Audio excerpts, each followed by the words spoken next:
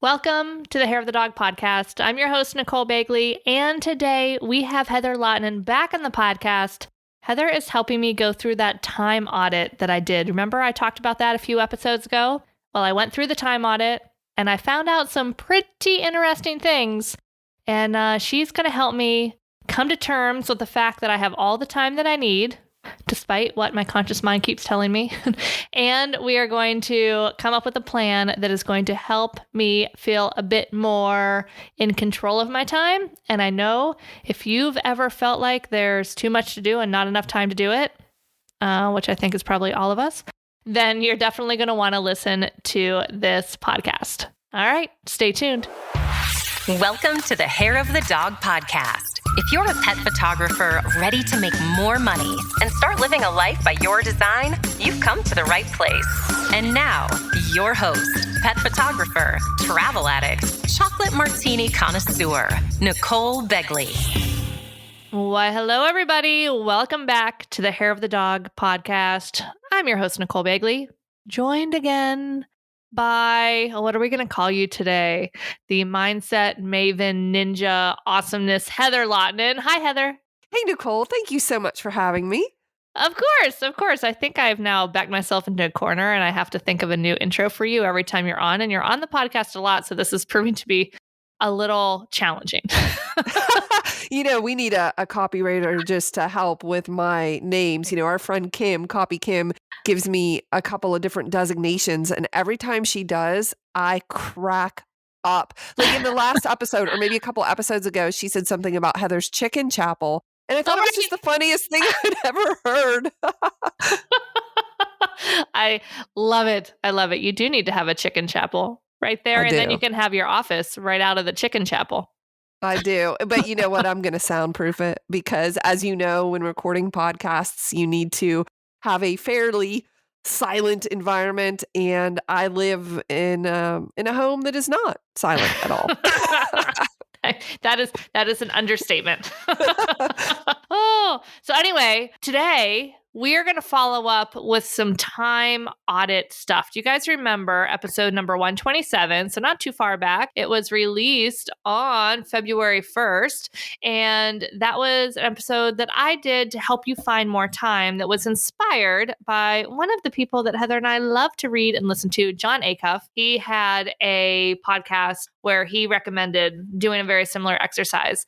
And I referenced it there. So if you want to listen to his, go listen to 127, and then I'll tell you which one his is in that one, because now I don't remember. But it's Jon Acuff. He was awesome. And it was basically stating that if you want to get more done, you need to track your time. And this was really important over the past couple months, really, because we've had some big projects going on down here at HOD HQ. Yeah, you sure have. So tell us about, you just recently had a very big Elevate launch. Is that correct? It is correct. And that's what's been keeping us so busy, because we started Elevate. You have been part of it from the beginning, about 2 years ago. And can you believe it's been 2 years, first of all? I cannot. No, time flies. So we started it 2 years ago. And at that time, we started it as a place to help established pet photographers kind of scale their business and grow. And it was amazing. And then we realized, oh my gosh, there's a lot of people that are still in that business building phase that really need the help as well. So we started to become more inclusive in that Elevate group for both sets. And, over the 2 years, we tested some different things and learned some different things and found out what our students really needed from us and how we can make it better, because we're always trying to improve all of the things and get people results in a more streamlined fashion. And we ended up breaking down the Elevate program into two sections. We have Elevate Masters, which are for those established pet photographers that are already in business, already taking clients. They're looking to scale. They're looking to earn more. They're looking to up their marketing game. And then we have Elevate Foundations, which is for those pet photographers that are building their business and looking for their first few clients. So we've spent, there's been a lot of conversations between me and you and me and the Elevate coaches trying to figure out what this looks like over the past 6 months. And then we finally got clear on it. And then when we did, I had done this training in Elevate last year about the 6 pillars of business. So your legal, your admin, your branding, your website, your pricing, your client workflow, and your marketing. Like our businesses don't work without all of those pillars. And I had this idea to like break this down into a literal step-by-step roadmap with like 2 to 3 minute videos where people no longer will any of my Elevate people sit down and be like, I need to work on my business. All right, I'm here. I'm going to work on my business. What should I do? Because they just log I don't know in what to like, do. Yeah, Right. right here, there's a list. Like, boom, get this list done and your business will be open and then we can start marketing. So anyway, I had to create all that because it was all in my head. So that's what I've been doing over the past 2 months is recording, figuring out the best way to teach different things. And man, it's been fantastic. But it also led to a little bit of quote overwhelm or stress. It led to a little bit of stress and a feeling of not having enough time and the feeling of I'm never getting this done and the feeling of, oh my God, I have 37,000 open loops and the feeling of, I mean, it, like overwhelm's here. I know it's not overwhelmed, but it's pretty darn close. Yeah. You know what's so interesting about this is you definitely have scarcity around time. I do. It's gotten better, but oh my gosh. Mm-hmm. Yeah. When you and I talk about money and all of these money episodes, you are 100% ahead of the game in terms of abundance, like a little ahead of me like I still have scarcity around money is what I'm saying. Yeah. But when it comes to time, we're the opposite. Yeah. Where I own time. Yeah. And time does not become an issue. I'm on borrowed time. I'm like, I know there's not enough time. And I've been trying to catch myself how often. Oh man, where did I even read that? You read it in Richard Dott's Playing in Time and Space. Yes, it was. Thank you. Yes. Yeah, and I have it. And it goes like this. He says, when you feel rushed or you don't have enough time, you repeat this to yourself. Time is an illusion. I am where time comes from, and I can create more time as needed. Time is an illusion. I am where time comes from. And I love that because now you take ownership. He gave us this little experiment to try whenever you're driving somewhere, maybe to an appointment, or you need to be somewhere and you think you might be late. You know, maybe there's traffic or you just left later than you intended, whatever. To repeat this, to say things like, I create time. Time is illusion. I'm where time comes from. To not look at the clock, just kind of take a deep breath and relax into it. So release the stress and you will be shocked at how often you arrive either on time or more often than not early. Even when, according to your GPS, you might have been running late. I actually did this recently. I was at YM Camera visiting our friends, and I had a doctor's appointment about an hour away. And I left on time, but there was a little bit of strange traffic or construction, I think. And I started to feel a little scarce, like I might be late. And I hate being, I would much rather sit in that office and have them wait for me than the opposite. Or have me wait for them, than the opposite.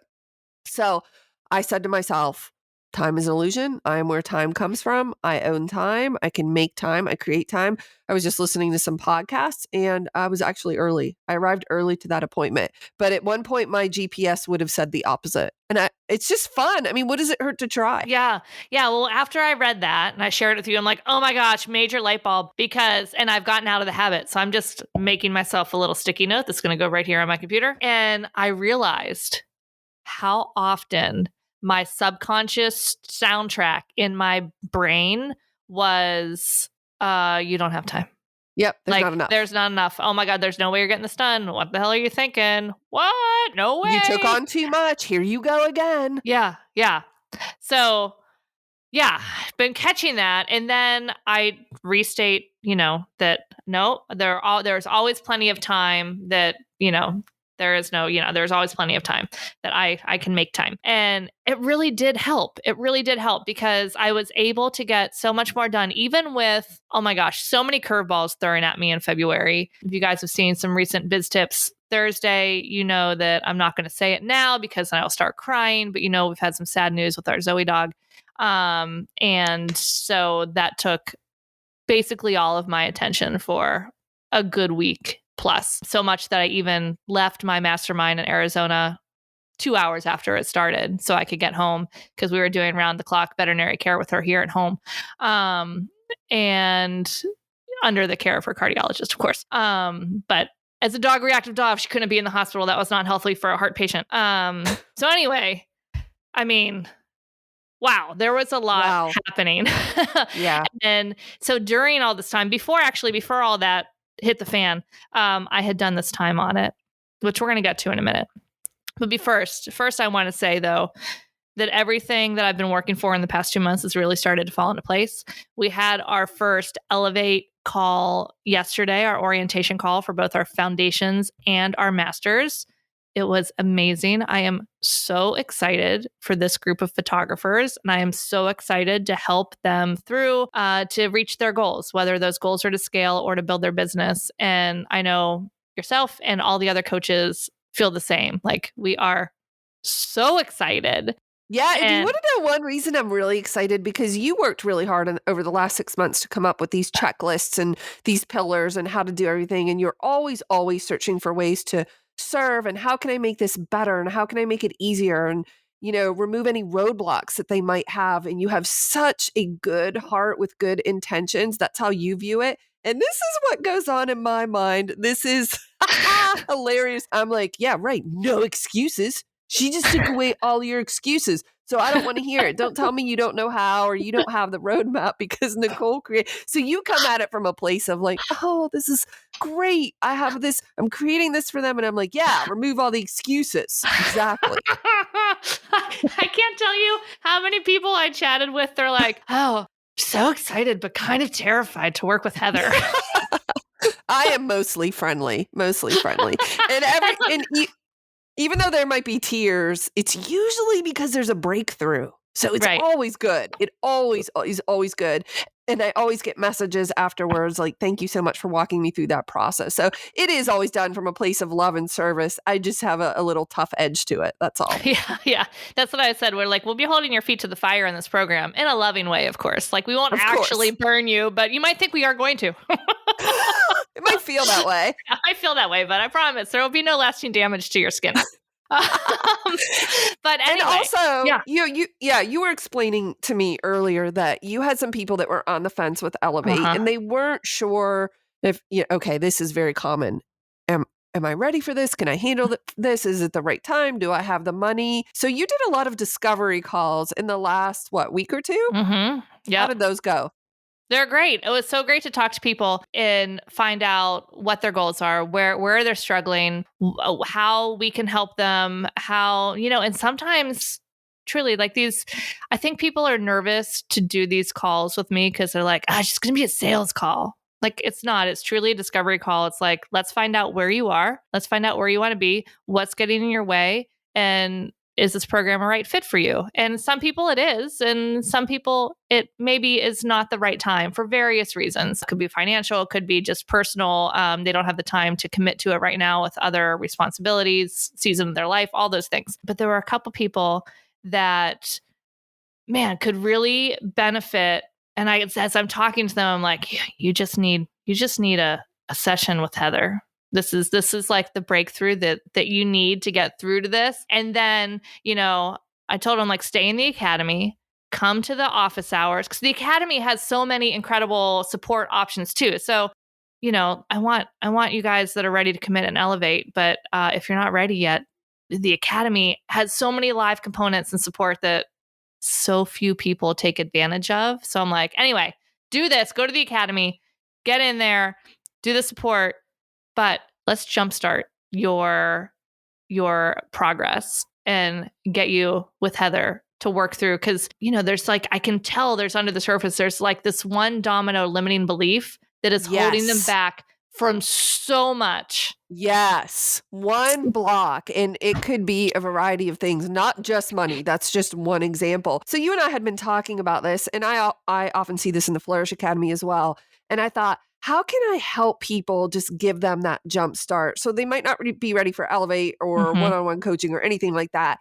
So I came up with this idea. This is very recent and new, and it just happens very organically, naturally. We see a need, and it's called the FARX. It's a prescription for you to jumpstart and break through whatever's holding you back. And this is the way I structured it. You can schedule a one-on-one Zoom call with me for 30 minutes where I will ask you a series of questions to help you understand your biggest challenge, maybe what the roadblock is. And then I will come up with a 30-day prescription.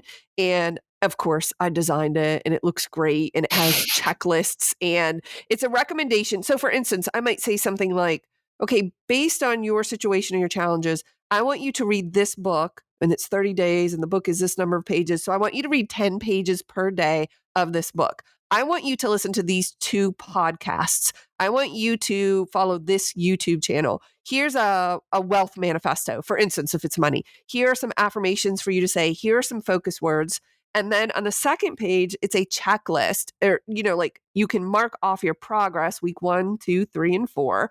And your goal every day is to touch at least one of these things, not striving for perfection, but just for progress to help kickstart you. 30 days from that initial Zoom call, I will have you follow up with me via email to let me know how you're doing. It's an accountability piece. But here's the interesting thing. The checklist and the fact that they have to follow up with me is some people need that accountability just to push them, because if it's just on them, they might not be inclined to do it. So in the email, when I deliver the prescription, I'd say they have the best intentions to do it, but it's just life gets busy and it goes down on the list. So sorry. Yeah. All right. You get the email prescription. Yeah. Boom. So I send the prescription and in the email, I give them a date. And so I might say on this date, I expect to be receiving an email from you updating me on your progress and sending me a photo of your checklist so we can see how much you accomplished and what you achieved. And then I put a note in my calendar that I'm expecting it. So don't try to get away without getting back to me because I'm watching you. And again, this is hopefully to kickstart, give somebody, the momentum they need to push that domino over with whatever it is that's holding them back. A lot of people, it does come down to money and scarcity, and there's a lack. And what does that look like? So the prescription I just filled, how do you like the way I'm talking about this? I filled a prescription the other day. Dr. Heather. All around. Yeah, right. Around money and scarcity. And okay. So anyway, I delivered that prescription and I thought it would just be great if I could offer this to more people, because a lot of people will ask me for a book recommendation.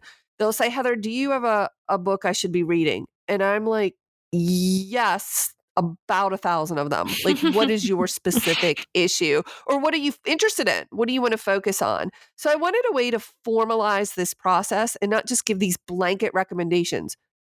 For example, Nicole, there are 30,000 books on money. Right. So which ones should I read? Well, if I'm working with you on the phone and I get a sense for what you like or what's going to work best with you, there might be one book I recommend over another book to someone else based on their personality. So I will curate those. Essentially, I'm curating all of the resources that I have worked for the past several decades to amass, and then I can just give you exactly the prescription you need. So if you're interested, you can check it out. It's flourish.academy/RX. It's that simple. I love it. I love it. Yeah. And I know there's a couple people taking advantage of that so that they can, again, get that kickstart. And if you're a pet photographer, you combine that with the academy. Oh, you're going to be right there in line for Elevate next time. You're like, yeah, I'm ready. I'm broken through these. This you'll be is ready. Awesome. And ready to knock it out of the park. So academy link, as always, hairofthedogacademy.com/academy. Come join us. Yep. But we needed to go back to this time audit thing because we kind of got off on a tangent. Right. But this time audit is very fascinating. When you told me of this concept, there are 2 things I thought of. One, I want to start with what exactly you did. I want to understand the process. Yep. And then I'd like to share how to take that maybe even a little bit further. So what was your exact exercise? Okay, so I was going to do it digitally, and I'm like, nope, this needs pen and paper. So I just went online and you Google free blank weekly planner. And so I printed off a weekly planner. It's just, I can see that. Yeah, it's just like, it starts at 7 a.m. to 11 p.m. every half hour, and it's Monday through Sunday, and just columns. And I wasn't going to get all crazy of like oh, exactly what I did. And that was 15 minutes. No, I'm just doing general blocks. And I would basically just track what I did all week long. So, and then I color coded it because Of course you did. not a monster, Heather. You have standards. Oh yeah. Well, and I also like to look at it like, all right, I need to color code this to take in the data. So I would just track like when I was working, if I was on calls. I did start on the second week, start tracking deep work versus like admin work, Very working good. in my business versus on my business. And then I would also track like the things like errands, house stuff, laundry, taking children places, like all that stuff was just kind of like house stuff, errands. And then I also tracked my exercise, like when I went for a walk or did Pilates or did anything like that. And I tracked my time with my baby horse. And then I color coded it all. So pink is my workout 3 times. I mean, it's okay. Okay, it's better than nothing, for sure. But I did go to the barn 6 times, and that's riding too. So that's a workout too. And then on my blue, and then I added up at the end, and I added up that week. This is like a full week, like truly the most I've really ever worked in a week. I mean, there's probably weeks that I've worked more, but this was if I had 5 days at home and the weekend at home, how much, like basically the max amount of work time that I can have in my schedule. That was only 26 hours. Is that right? Yeah. And because I have people that tell me, oh, yeah, Nicole, you work so much. And I'm like, I really don't think I do. It might feel like I'm working a lot because I sneak in a half an hour here, an hour here. It's the weekend. I get up in the morning, I work knock out 2 hours. But I'm certainly not working 40 plus hours a week. And this proved it. I worked 26 hours a week. I spent 20 hours a week at the barn. But that's a good Priorities, thing. That's a good thing. I also added up this week, the 26 hours. I spent 7 hours on email. What? Yeah. Heather, my email, it's insane. I need to, I think I need to, Liz, don't listen to this, have somebody start to manage my email more. You do. Oh, 100% yes. If that's the amount of time you're spending, that's not quite. Okay, I'm not going to be able to do that math off the top of my head. It's less than half, but I mean, it's creeping up there to half your time was spent on email. Not quite. Maybe a quarter of your time was spent on email. Still, that's way too much. Don't you think? It's a lot. But gosh, yeah. Oh, I don't know. So I got to figure out a way to do some of that. And I already do, like, almost all the hair of the dog stuff flows through Liz's support email. Like, I got that stuff out of my inbox a long time ago because there's no way I could keep it up. Like, if I had to answer, I love all of you guys out there, but if I had to do all the customer support emails, it's a full-time job. I mean, Liz works, she's worked part-time, but it's the main purpose of her job is to help everybody with all those things. So anyway, so that's what I found. And then like there's other weeks, like the next week I left Thursday afternoon for a long weekend in Florida with my friend from Pittsburgh to go watch fancy horses and eat good food and have some sunshine. It was lovely. So like that week I worked 15 hours. And so it's an average of 20 hours a week, which is eye-opening and also then makes you say, holy cow, I need to be careful how many projects I pull off. And no wonder I'm feeling like I can't finish these projects because I really maybe only have 5 hours a week right now I'm spending on deep work. And the rest of it is things like this, which I love the podcast, but it's, it's podcasts like the weekly things, the podcast recordings, the coaching calls, my photography business stuff that I'm still doing periodically. Like it's all of that stuff. And so the amount of creation time is limited. When you looked at this, what was your biggest surprise? That I thought I worked a ton and it was only 26 hours. What did you think you were working? I don't know. Well, I mean, I guess I kind of knew that it wouldn't be 40 hours because I've never sat at my desk for 8 hours just because I can't. Right. Like the kids come home and it just doesn't happen. I think the biggest surprise was the amount of my week that's taken up by the reoccurring things in my business. Oh, still, in which could be some of those, not all, but some of those could be labeled as administrative. Some, but others are things, and some I can definitely look at. I think my next step is actually to do the same thing and keep track of what I'm doing, and everything I do right next to it is am I able to delegate this to someone on my team or not? Yes. Yes. Because I think that's a good approach. Like the podcast recording. Well, I obviously need to do that. The coaching calls, I obviously need to do that. But, maybe there's some of these other things that I'm spending time doing that I should not be doing, which I've gotten much better. That was the hardest change, I think, for business is hiring your first person to help you. And if you're running a photography business, you're like, whatever, it's just me. Maybe your first outsourcing of some editing. Yes. That first getting any help, any outside help of any kind. It could be your first, like having someone in your family watch your kids, or asking, hiring a dog walker to take your dog out if you're something, whatever it is. Asking for help is hard and scary.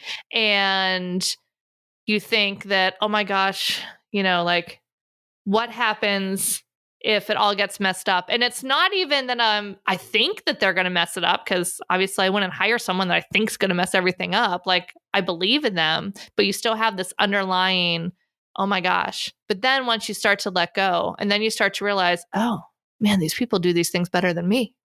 This is amazing. It's magical. It becomes, it opens a door that it makes you think, what else? What else could I be doing? Something you and I ask ourselves very often is, would a CEO be doing this? Whatever you're working on, would a CEO be doing this? And I often laugh because the answer is usually no. A CEO would not be doing these things. And how can I get some help? Yeah, like whatever you said, whether that's personally or for the business. I just read a book called We Should All Be Millionaires by Rachel Rogers, and it was excellent. And she talked about this, just getting help even in your home. When my daughter's graduated high school, but when she was in junior high, I homeschooled her for a few years. That was interesting. And I actually hired a personal assistant to run her around, and because there was still a group that she met with, and do all of these different things and grocery shop. This is before Instacart and stuff. And it was phenomenal because then I could focus. I really, really had to be focused at that point in my life because there was so much I had to do, so many responsibilities. Those have shifted now. It's a little bit easier, but I still could use some help in different areas. And I actually interviewed.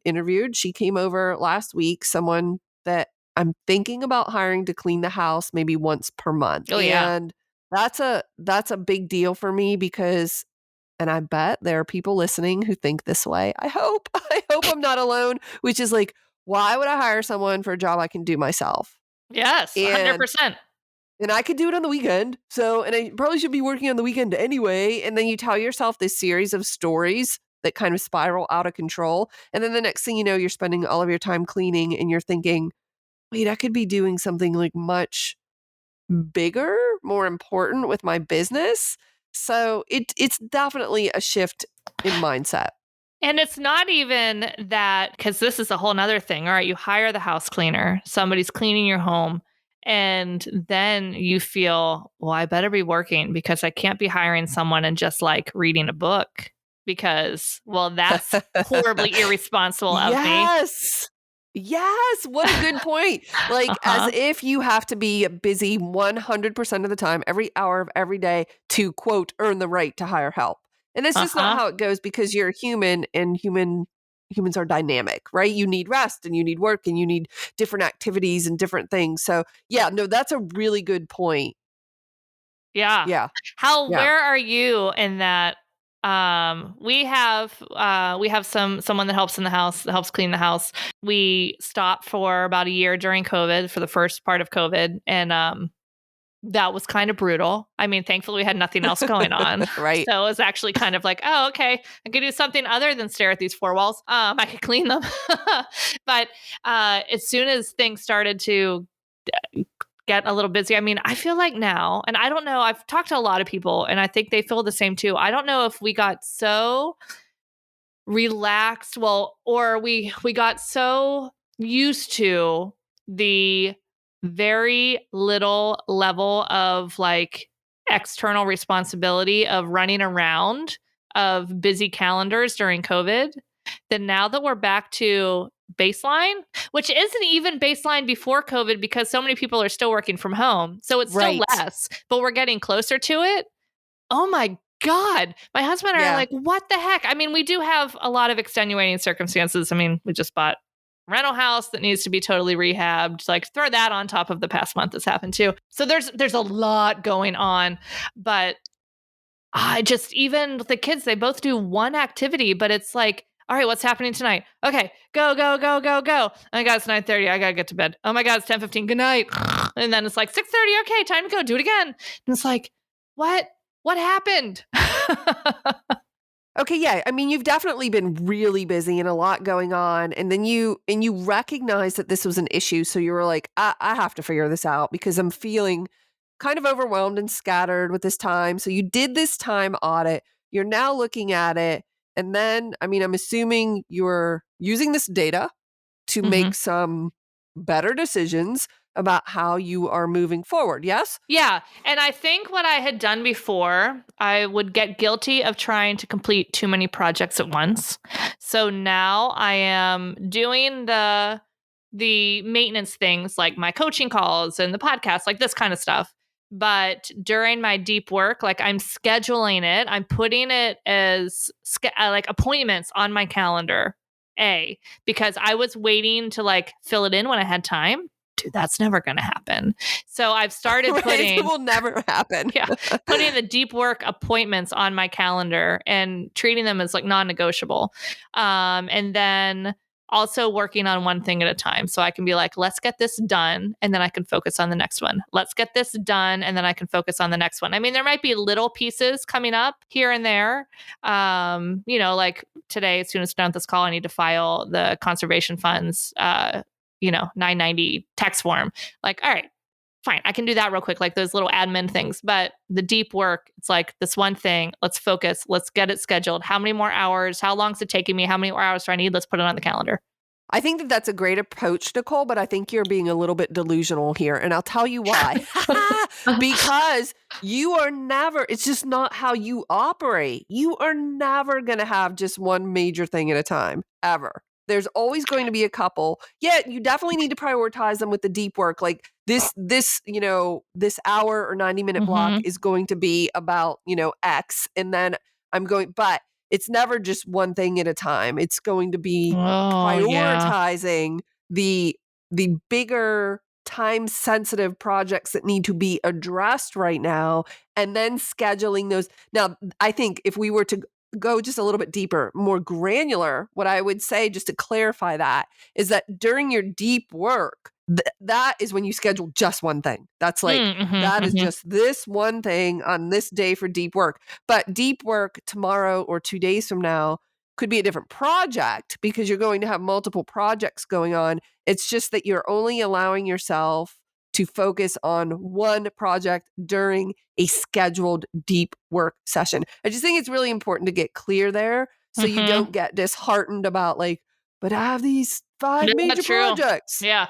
I wonder if what I need to do is actually schedule, because I'm looking at the deep work scheduling. Like Sunday night, I always pull up my calendar and I plan my weekend tweak software, and I have all my projects like running, like the to-do list of my projects on like a column on the bottom thing. So when something pops in my brain that needs to get done, it just goes there. It's out of my brain. I can focus on other things. That's a must have for me as a place to collect the future to-dos. And so I sit down Sunday night and I plan that out. And then when there's holes, that's where I schedule the deep work. I think I need to go opposite and just put it on my calendar. Yes. Here is a standing every Tuesday morning's my deep work morning, and every Thursday afternoon, boom, done. 100% this is what you need to do. This is like what this reminds me of is profit first, where we used to take the profit after all of the expenses were paid. And Mike Michalowicz flipped that for us. And now we take the profit first, just like you need to schedule the deep work first. This is that old, I think it was Stephen Covey with the rocks in the jar thing where he said, put the big rocks in first. So this is the same thing. That deep work has to be scheduled, because if you are waiting for a gap of time to just magically open up or stay open so that you can schedule that deep work, it's not going to happen. It's like this with finances too. Like if you're automatically saving money, if you are waiting for a surplus of money to start saving money, I have breaking news for you. It is never going to happen. Right. You have to start where you're at. So I think blocking off the time, doing some time blocking. By the way, just curious, how long are your deep work sessions? Oh, 90 minutes. I can get a lot done. Yeah. If it's more than that, I start to procrastinate. I'm like, I got 4 hours. Actually, I read that anything beyond, it might have even been 60 minutes, but let's say 90, anything beyond 90 minutes, actually your productivity drops by like 30% or some ridiculous number because you can't focus. And in that 90-minute session, at 45 minutes, you need to set a timer to just get up and walk around your office or take a drink of water or something just to even break that up for a second. And then, your remaining 45 minutes and then finish the session. And when you're done, be done. Because you're not thinking clearly. You're not as creative. Your thoughts tend to get scattered. You're not as productive, and it just declines. At least for me, declines very rapidly after. And I think, oh, but I'm on a roll. I want to no, I just need to stop and come back to this later. And then if you're scheduling in, because a lot of people, when they are start to get up against this, like feeling like there's not enough time, the first thing to go would be, oh, well, I'm not going to do that walk. I'm not going to go to the barn. I'm not going to do this, like all that self-care, which I'm actually pretty proud of myself that I'm pretty hardcore on that. And actually talking in the couple hours that it was my mastermind, talking to some of my other people there, that a lot of them have been struggling with finding the time to do something for themselves, because it can be really easy to convince ourselves that we need to be working on our business every second of the day. This is I'm talking to you, Coach Heather, that our value comes from how productive we are. And there was somebody in my group, she actually just posted that she did it. We were talking about it, and she just posted, she's like, I've spent an hour in nature every day this week, and then 6 hours the one day on the weekend without her phone. And she's That's amazing. Good for her. The amount of internal dialogue about, well, maybe I'll just take my phone and I won't turn it on. But what if I want to take a picture? Oh, that'd be fine if I just took it and didn't turn it on and this and that, blah, blah, blah, blah, blah. And she's like, wow, the amount of internal dialogue trying to convince me not to do this on so many levels. And it was great. And she said it was such a great experience. She asked for a couple signs from the universe. And she's like, is this the right thing? And then there was one. And then she's like, I don't know. That was just a coincidence. Then there was another one. She's like, all right, 10-4, got it. And she just had a great, incredible experience for the day. And when you clear your mind like that, the deep work becomes easier, because then your subconscious brain, if I say, don't think of a pink elephant, there it is. There's that pink elephant. So when you ask yourself these questions of how can I best help someone create their website in the most straightforward, easy way for Elevate Foundations? When I'm out at the barn, it's like, oh, bing. Oh yeah, I didn't think about that. It just percolates and pops in. Yes, that's when my best ideas come, because here's the thing. If you sit down at your desk and you start banging your fist against your head, think, Right, you're never going to be able to think. Yeah, that's not where the productivity, creativity magic, I should say, happens. It's in those times when you're out in nature or you're at the barn or you're exercising. This happens to me on the treadmill. Sometimes I'll be like, oh my gosh, I got to write that down. That's a really good idea. Yeah. That I would have not had that idea, I don't think, otherwise. My issue, Nicole, is that not only is my productivity and how I work tied to my worth and my identity, it is it's bigger than that for me. It's why I'm in therapy, because I tell myself this story of if I'm not productive, if I'm not doing work, then I am not worthy, which means I'm lazy, and then I'm a loser, and then I go down a shame spiral. And I don't do this consciously, but it's definitely beneath the surface for me. And I've had to and continue to work on saying to myself that it's okay to sit down. It's okay to read a book on a random Thursday afternoon. You better believe it's going to be a business book, but whatever. Well, I mean, come on, we're not monsters again. Yeah, I'm trying to be productive even in my downtime. And when I say that to my therapist, she laughs at me. Or like, go run your errands, for instance. Like you want to maybe go to Target for something, and then I put on a business podcast. Right, and, exactly. Right. Could you like chill out for a second? It's really difficult for me to do that. I have two things I want to say. When you're out of Target with a business podcast, I think that is totally fine, except if you never let yourself like just listen to music or listen to something for fun. Same thing with the business books. Like I love the business books, the productivity books, the mindset books, but I think it only becomes a problem if you're like, man, I want to read a fiction book too, but I can't because that would mean that I'm not being productive. All right. And the second question I have for you, Heather, is this worth to being productive, that worth tied to productivity?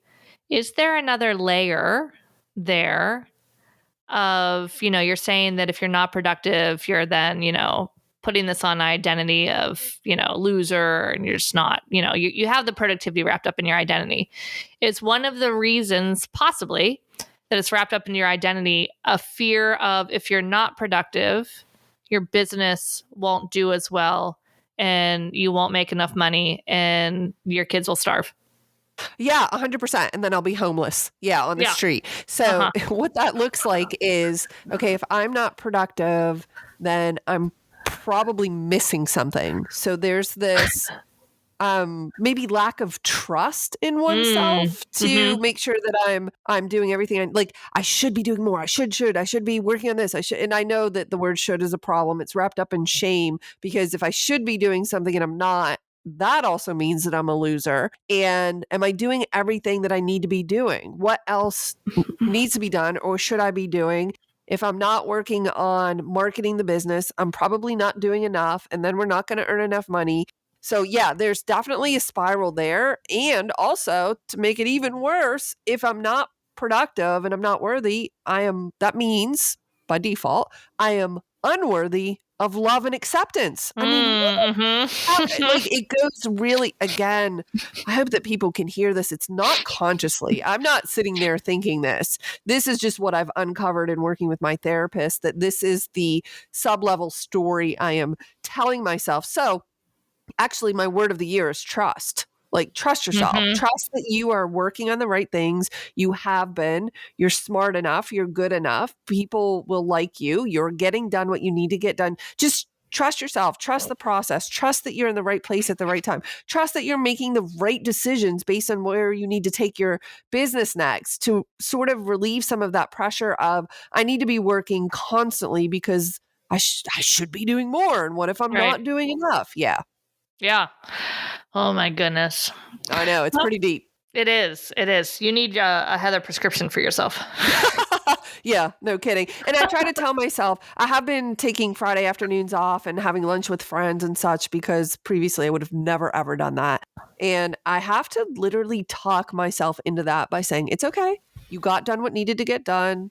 It will be fine. There's nothing truly urgent at this point, right? I mean, there's no photographic emergency happening, right? And everything will be okay, and you'll get back to people in a little while. And I have to talk myself through it, which seems extreme, but when your identity is tied up in your productivity, oh man, it's just dangerous. Right. Oh man. Well, this has been a fantastic conversation, but before we wrap up, I would love, maybe we both share like our top couple tips for getting out of, if you're like in that space where you're just like, holy cow, I've got so much to do. How do I move on from this? Top 3 tips. Yeah. What do you do? I actually have one tip, but it's pretty big. So this is what I'm going to suggest. Yeah, I love your time audit. I think you should definitely do that. That's like goes without saying. That's what this episode is about. Do the time audit. But only slightly second to that, is I actually want you to take the tasks that you do on a recurring basis and time how long it takes you to do that task, because you are most likely building it up in your mind much more than it actually is. Let me give you a few examples. You might say something like, oh, I need to empty the dishwasher or put the laundry in. Oh, it's going to take me all day. It's going to take all afternoon. I don't have time for that. And then you time it and it literally took you 5 minutes. I'm not even kidding. But you had it built up in your mind so much. For me, that used to be QuickBooks. Oh, I have to go into QuickBooks and reconcile. It's going to take me all day.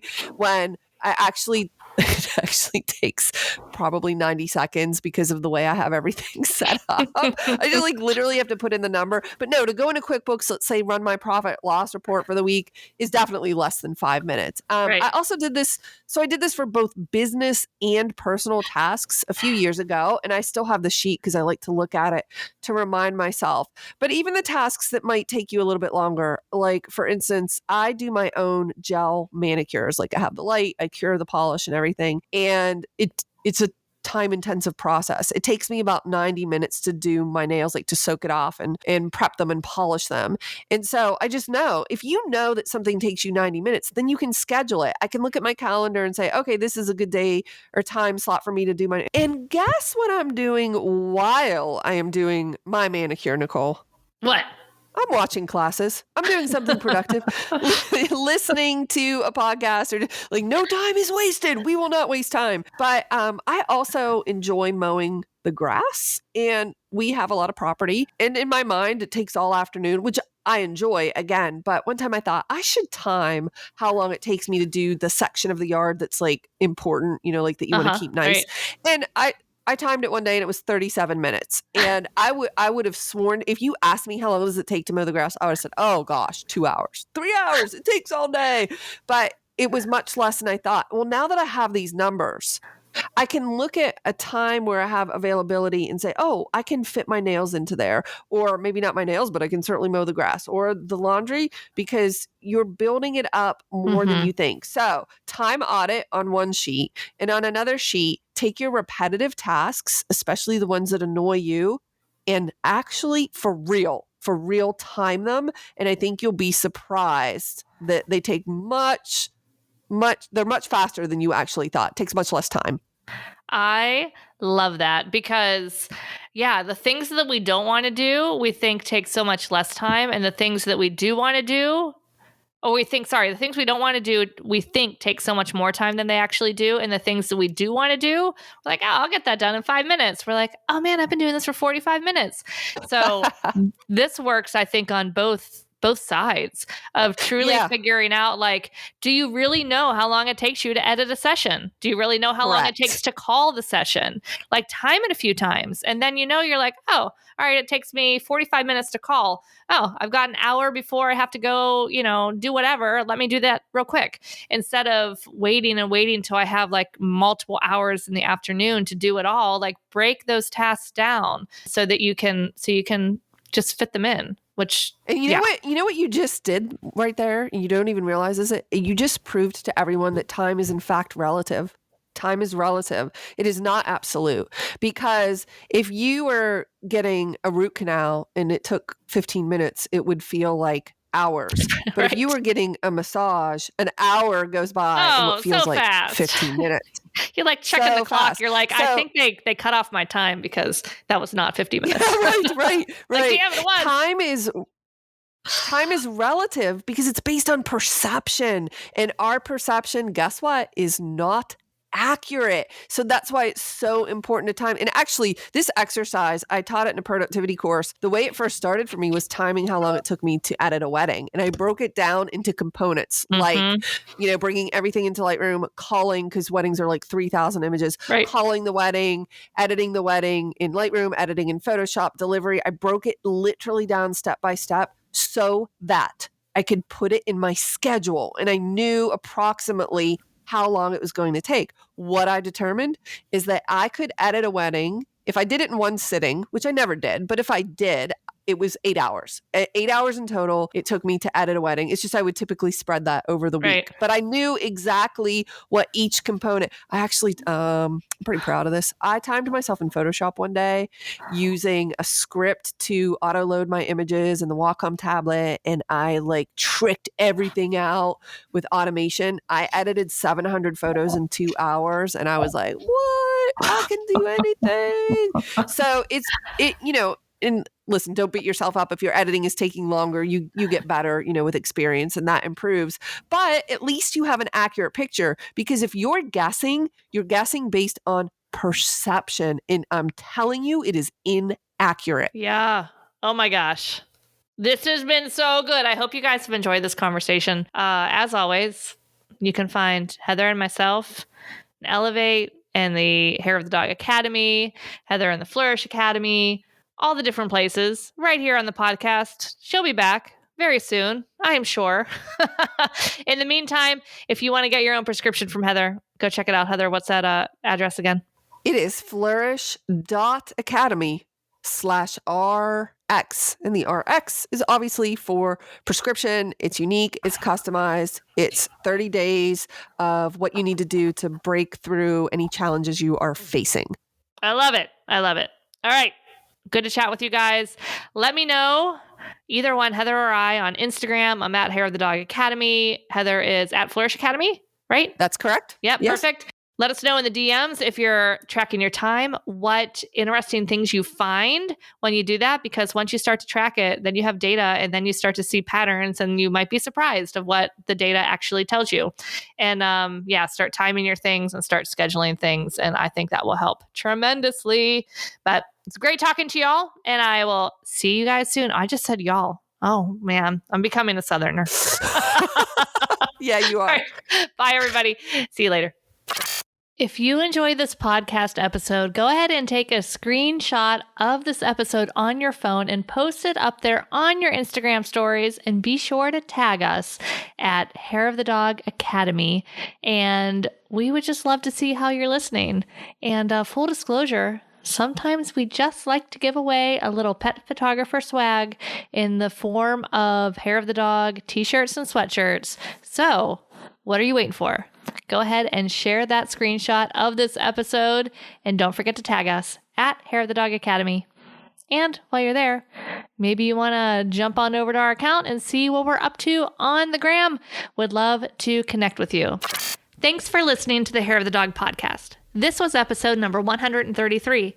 If you want to check out the show notes for access to any of the resources that we mentioned, simply go to www.hairofthedogacademy.com/133.